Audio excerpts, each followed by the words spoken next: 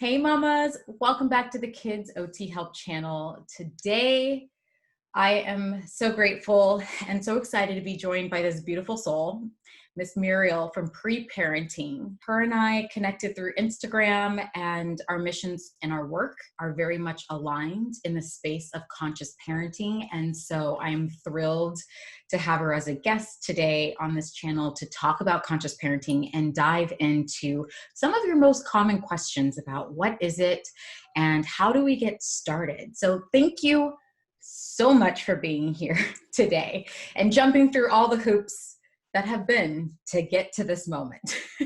Yes, absolutely. Thank you for having me. Absolutely. And can you just share about your beautiful work, your background for those who might not know about you, and just share what you do and what you love.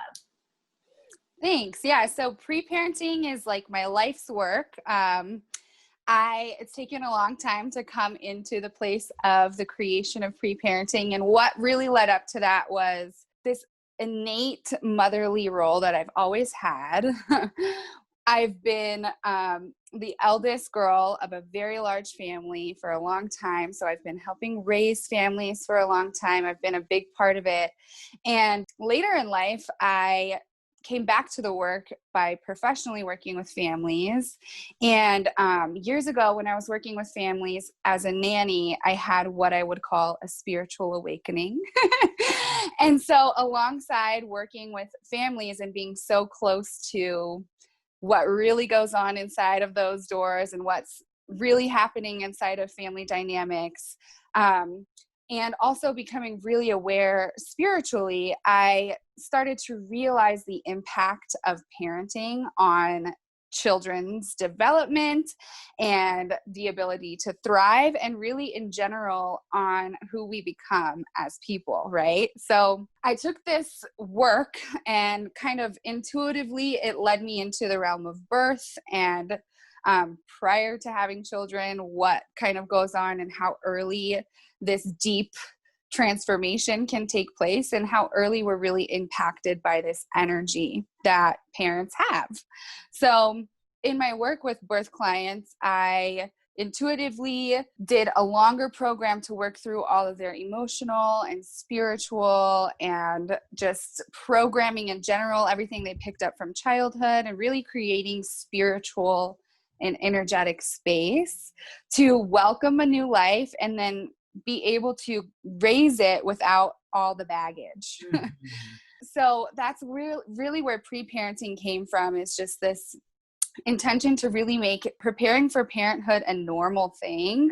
And not only just like the logistics, but the actual life transformation and the energy of becoming a parent and entering into this lifelong leadership role. So pre-parenting really helps all kinds of parents. It's never too late, but it's also never too early to really get into being highly conscious and parenting from that energy field so that all those tips and tricks and tools work and have longevity, and so that children can develop in a really healthy space. So that's what pre-parenting is. So much. It's when you had shared with me, your life's work in pre-parenting, it was just so very aligned with my passion and the work that I'm doing now too. And especially when we talk about the word energy, because as you mentioned, these strategies and these tools when it comes to like tummy time or transitioning your little one to solid foods, it's like, yes, you can read the books and you can take the courses and you can learn the actual how. But what is so important and what is often missing is the energetics behind it, because little kids, especially babies, are so attuned to energy, and yes, what we are giving, they are feeding off of, and we don't give enough credit in terms of how that impacts their development, how that impacts our bonding and our relationship with our kiddos. And so it's just this beautiful field that a lot of people are coming online to and are desiring to do work in this space because it is so impactful. And you and I both know from our own personal experiences, like so much has shifted for me from jumping in and doing this work and investing so much time and so much money, but it has been the most beautiful and fulfilling gift in terms of the outcomes in my home and in my business and obviously internally. And so I completely understand why it is you're so passionate about this. And I'm just so happy to have you here. So Thank yay. you. Me Yeah. too. Yeah. So why don't we just start with the basics for those who are completely new to this concept, but are interested or feeling pinged or called. What does it mean to be conscious? Right. So consciousness is like a super popular term these days. It's one of those keywords that everyone is kind of using, but a lot of times we don't quite understand what that means.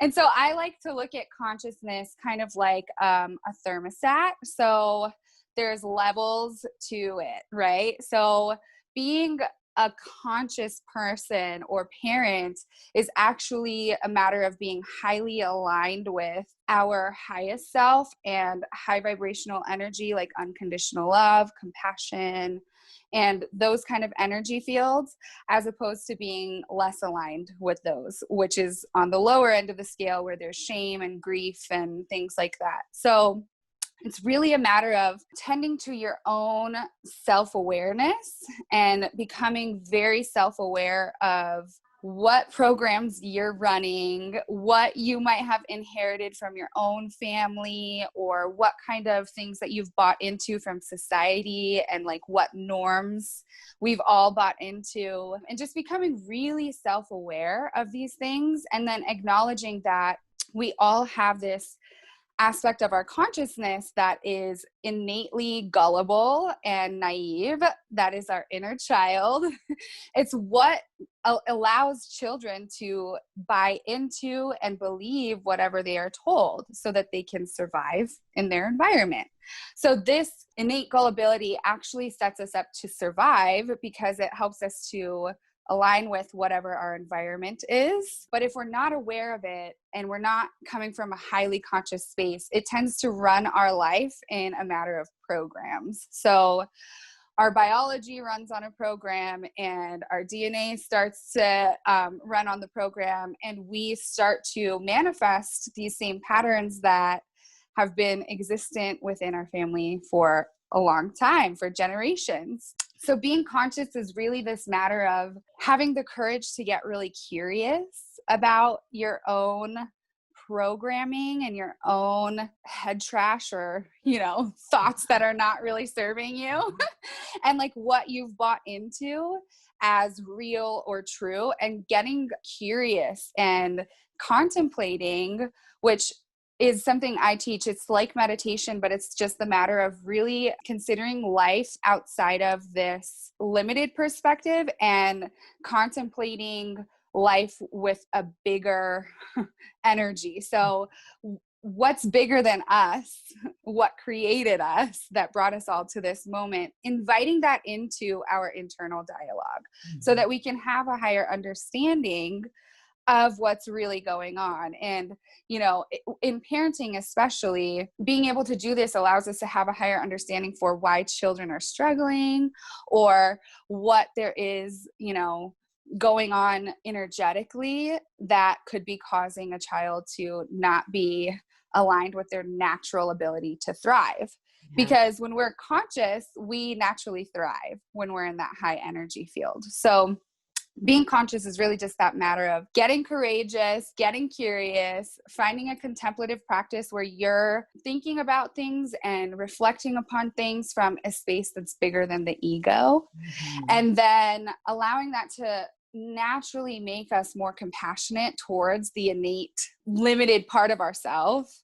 And then that allows us to have this connection where we all are able to thrive. And that allows us to have that connection to co-regulate with children in a healthy way and help them to thrive. So being conscious is really just functioning and living life out of that higher energy and that higher self, more so than out of that limited, naive space over and over again, because it's a choice. You have to choose it, and it's hard. That's the hardest part, is that we have to consciously choose to let go of all that other stuff. So no, I love that. And How I typically explain it is, and you touched on the word multiple times, but I really love the word awareness, right? It's like the practice of becoming aware.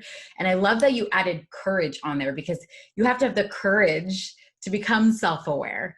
Yeah. And I also like to remind parents that it's not so much destination as it is a practice. So as you would continue to go to yoga or participate in any sport or activity that makes you feel good, it's not like you reach an end destination. It's like you continue to do this, you continue to strengthen the muscles, continue to master certain parts of this as you go on. And so it's really a commitment to like a lifelong practice of evolution and self-mastery. So Yeah. I love that context, and you just relating that to our highest self, and all the beauty that stems from being in that energetic field. So thank you very much. Yeah. So let's chat Yeah. about then Totally. why, being conscious, why it matters, how, and especially in parenting, what is the benefits of coming from this place and being in this practice?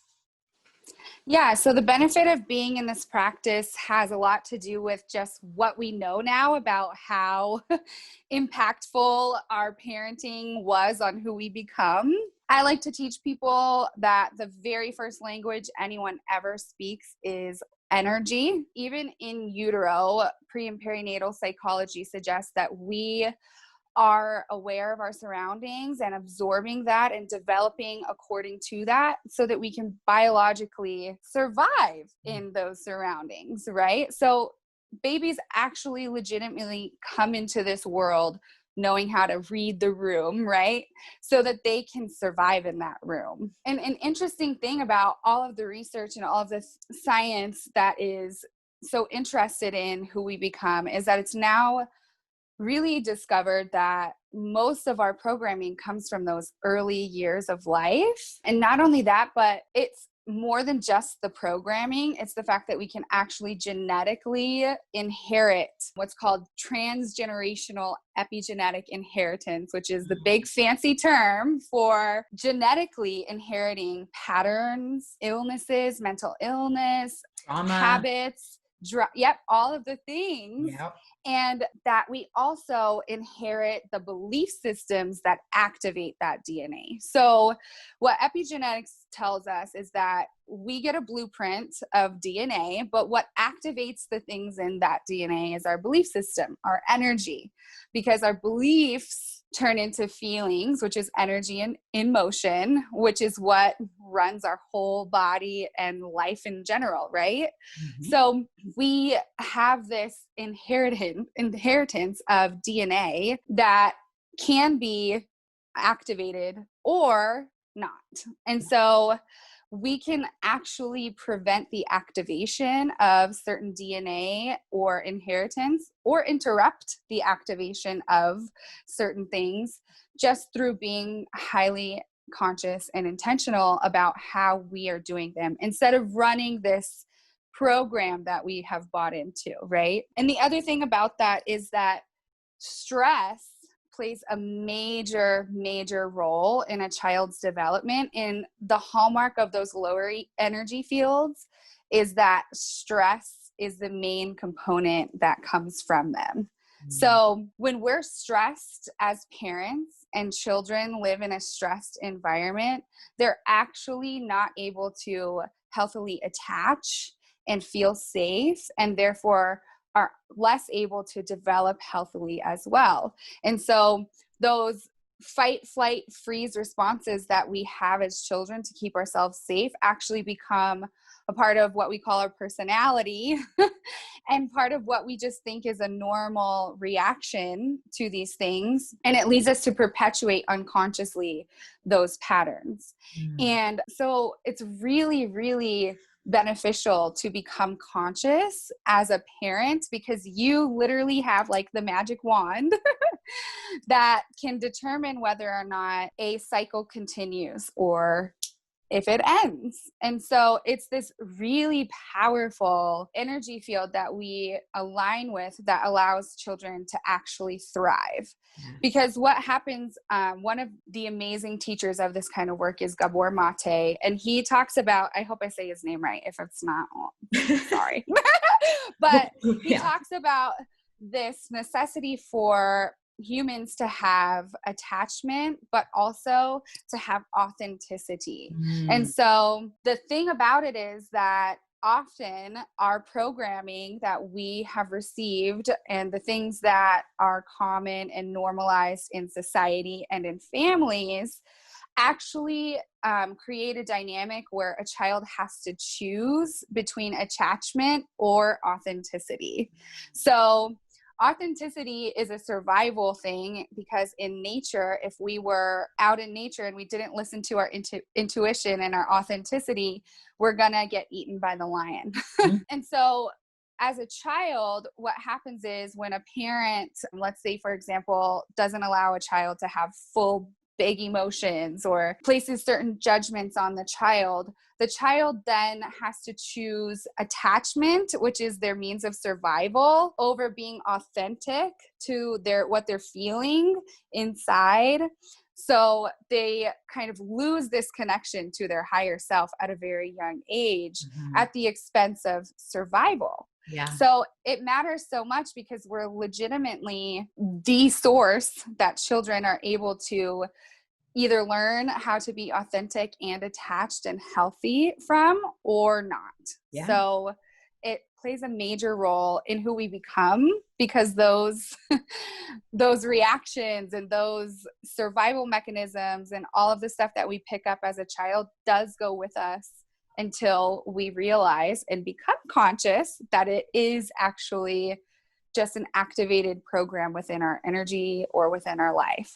So beautiful. It's big work. Big work. No, it's huge, right? And I mean, I love the way that was broken down just for us, and just kind of puts the ball back in our court in terms of the impact, again, that we can have, and as more science comes out, I think we will continue to see how deep this rabbit hole goes, and how important, again, this work is, and how impactful it is, not just for your children, but your children's children and their children. It's literally breaking generational cycles and healing generational wounds, traumas, as we talked about. So important. And the next big thing, of course, so it's like, here we go. We understand what the intention is behind conscious parenting. We understand why it's so important, at least one facet of why it's so important. And then the next big question is like, how can I start? Like, what's something I can do today? Where can I implement this? What's the easiest first step? If maybe not even the easiest first step, what's the common first step for parents to step into this practice and really dive into this work? Yeah. So I have like a model that I help people to kind of work from. I touched on it a little bit from that first question, but let's just dive in a little bit deeper, because it's really about, first of all, having the intention to be conscious itself, because this energy is the power. So as soon as we have an intention, it kind of picks up and starts moving things for us. But great practice for being conscious and starting a consciousness journey is to keep in mind the 5 C's that I feel like relate heavily to consciousness. And that is, number 1, courage. So if you don't have notes, get your notes out so you can write all this down. Courage is the critical point in energy. So as far as energy work goes, one has to be courageous enough to actually step into a new world and step away from what they're used to and from their comfort zone and from all of their juicy judgments and all of that stuff, to actually enter into a new space. So the number 1 thing is you have to reach an energy of courage, which really just means letting go of kind of the need to be right, letting go of the idea that we do know everything or that what we're doing is what's best, and having the courage to be wrong about things, or to look at things more honestly and question how did that really impact me? And so that brings us to the next step, which is curiosity. So your courage allows you to be honest and curious with yourself. So you can actually be curious about where those triggers are coming from. So when your child is really triggering some strong emotions, you have the courage to take a step back and take a deep breath and then step into that curiosity where you can really just get curious about what's going on instead of thinking you already know or placing judgment upon it or condemning it or any of that stuff that our ego or lower vibrational energies want to do. And then from that space where you're getting curious, you can't do that without becoming contemplative because you have to bring in that higher aspect of self. So if you're just being curious, but you're still an ego, you're going to only find answers that your ego wants to find. So you have to bring in this contemplation, which again is the act of acknowledging there is a higher power that is involved in all of our lives, a higher wisdom that we all have a connection to, and bringing that into our curiosity. And from that space, when we can actually allow the courage, the energy of courage, to allow us to be curious and to be contemplative, which means really thinking from a reflective higher self space, then we can enter into another critical point in energy, which is unconditional love and compassion. So compassion is that fourth C, where you actually start to see the innocence of this part of ourselves, of this trigger that we have, just the innocence of the part of our consciousness that still behaves in this way, or that bought into it in the first place, or that, you know, really loves the juicy pattern of the drama. Having compassion for that, which also allows us to bring all of these steps back into how we relate with other people, which is the last C, connection. So all of these things, and it's like a circle. We can do, you know, I can show a diagram of how once you get to compassion and you're able to connect, you then also have to re-enter back into courage to let go of all the stuff that's going to come up in between that connection because of all of the stuff that you have, right? So it's this cycle that you can really start being very mindful. And I think that having a daily meditation practice is super helpful. But what I really love to teach is this aspect of contemplation, because it's instead of just meditating in a singular moment of the day, it's the matter of like making life itself this walking meditation, and always deeply considering the divinity and the higher purpose to everything. So this is like the 5 easy C's that you can really start becoming conscious, is through having courage, then allowing that to pique your curiosity and being curious in a contemplative way that will lead you to the energy field of compassion, which allows for us to connect with ourselves and with children and with anybody else, and create a healthy space for co-regulation and just naturally regulated, healthy energy. Because when we're in a space of forgiveness and compassion and that high unconditional love energy, we actually naturally are in that regulated space. We're naturally in a peaceful state of being. Our nervous system is naturally relaxed. We're able to respond instead of react. And then we can connect, and then we can, you know, repeat it back again. I love it. No, that's so thoughtful, and it makes so much sense. You know, all the C's. I love that so much. I get that question obviously quite a bit, and I feel like that's a very thorough process, and it's so beautiful, and it kind of gives you the big picture of where you're going and where you will continue to go and work through. And you know, you talked about the meditation and the daily practice, and that's something that I like to encourage parents to do, is actually start keeping a journal, right? Because this helps to strengthen the self-awareness aspect. It's really hard if we are still unconscious and we're not able to reflect, as you're saying, or contemplate on our triggers or on the coding that pops up and causes us to react in time. So what I say is keep a journal at the end of the day. It could be a gratitude journal where you're saying, what are the main things that happened today? What brought me joy? But also in that practice of reflection, you can go back and say, oh, actually, I was really triggered by this event today, and start just letting yourself pour into that trigger. What triggered you? Why do you think it triggered you? And I think when you allow space, like you're in the energy of like contemplation, as you say, and you're letting words just flow, I think you will be amazed how strong your connection is to your higher self and what will actually come through. Because on to those words, you will get clues or just in front of you see where this is linked to somewhere in your childhood, or your grandparents said something, and you'll be able to start to draw these connections.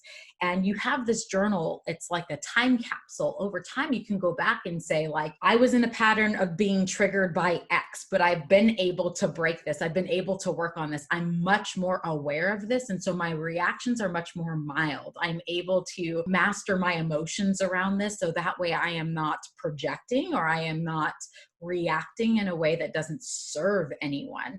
And if journaling is a bit much, because sometimes I know it's like we're super busy and our minds race faster than our ability to write with a pen, I say pick up your phone and turn on the camera app and just hit the video record and start talking. Because again, you will be amazed what comes through your mouth and the profound thoughts or connections you have once you start to talk about the emotions that you're feeling or the trigger that you felt. I've watched videos back and said, like, oh, that's interesting. I came on here to complain about X, but this is what actually came through to me. And it really starts this, it like fertile ground for healing, and in this journey. So, and just back to your point, just about having the courage to do this, because I think that that's like really where the hesitation is. It's like, I want to do this, but do I really? I feel kind of silly. So I just love your entire process. And I think that these tools are so impactful if you commit. There's another C. You commit yourself. Yeah, right. Yeah. To this process, because it can change your life, it can change your kid's life and generations. So I'm just so thrilled that you shared that. Yeah, that's true. And it really is, courage goes a lot of different ways, because it's also the courage to go against, so to speak, the norms, right? Yes. But then we have to bring in all those other components that help us realize just because it's normalized doesn't mean it's good for us. Right. Yeah. 100%. And you're right. I love teaching contemplative journaling, which is exactly what you're talking about, of letting that higher self guide. Because again, we with energy are working with an attractor field where your intention and what you resonate with is what leads the whole outplaying of something. So if you even have the intention to journal and come to a realization, you're right, you will be so surprised at how quickly the revelation comes to you. Because what really you're getting is, consciousness is kind of like the blue sky and the sunshine, and all of that stuff, the programming is like the clouds in the way. So that journal practice is amazing. It'll really help you get clear about the sunshine instead of all the clouds in the way. And then once you know what those clouds are, you can more easily clear them. I love it. Yeah. Yeah. It's been so good. Thank you so much for being here. And first I want to say, if you guys love this and you have questions, or this is like, just, you're like, okay, I've now that I know this, I have a question about this, drop it in the comments below, because we are totally open to doing a part 2 where we address some of your questions or next steps. So let us know. And please let our viewers know where they can find you, follow you, all of that good stuff. Yeah. So you can find me on Instagram at Preparenting. So it's PREPARENTING. And that's the best way to really reach me. That's where you can really get an idea of a little bit more of what I teach and how deep these kind of teachings go. And then through that, you can enter my email insiders, which are in the link in the bio where I actually dive deeper into these kind of teachings. And I marry that amazing fact-based scientific research with the spiritual truth of who we are and bring it together. So you can find me in all of that stuff at Pre-Parenting. And if you're interested in really learning more about my healing programs and how I work with families or pre-parents, you can email me at preparenting@gmail.com. So you can ask for a free discovery session and learn more about healing programs with me. Amazing. I will link her information in the description box below. Muriel, we are so grateful to have had you today. I love speaking with you, and it's such an important conversation. And I'm grateful that you were able to take all the time to make this conversation happen. And I'm excited to hopefully come back and do another chat with you about this. So thank you for being Yes. here. Thank you. All right, I'll see you soon. Thank you guys See so much you. for watching, and we'll catch you in the next video. Bye.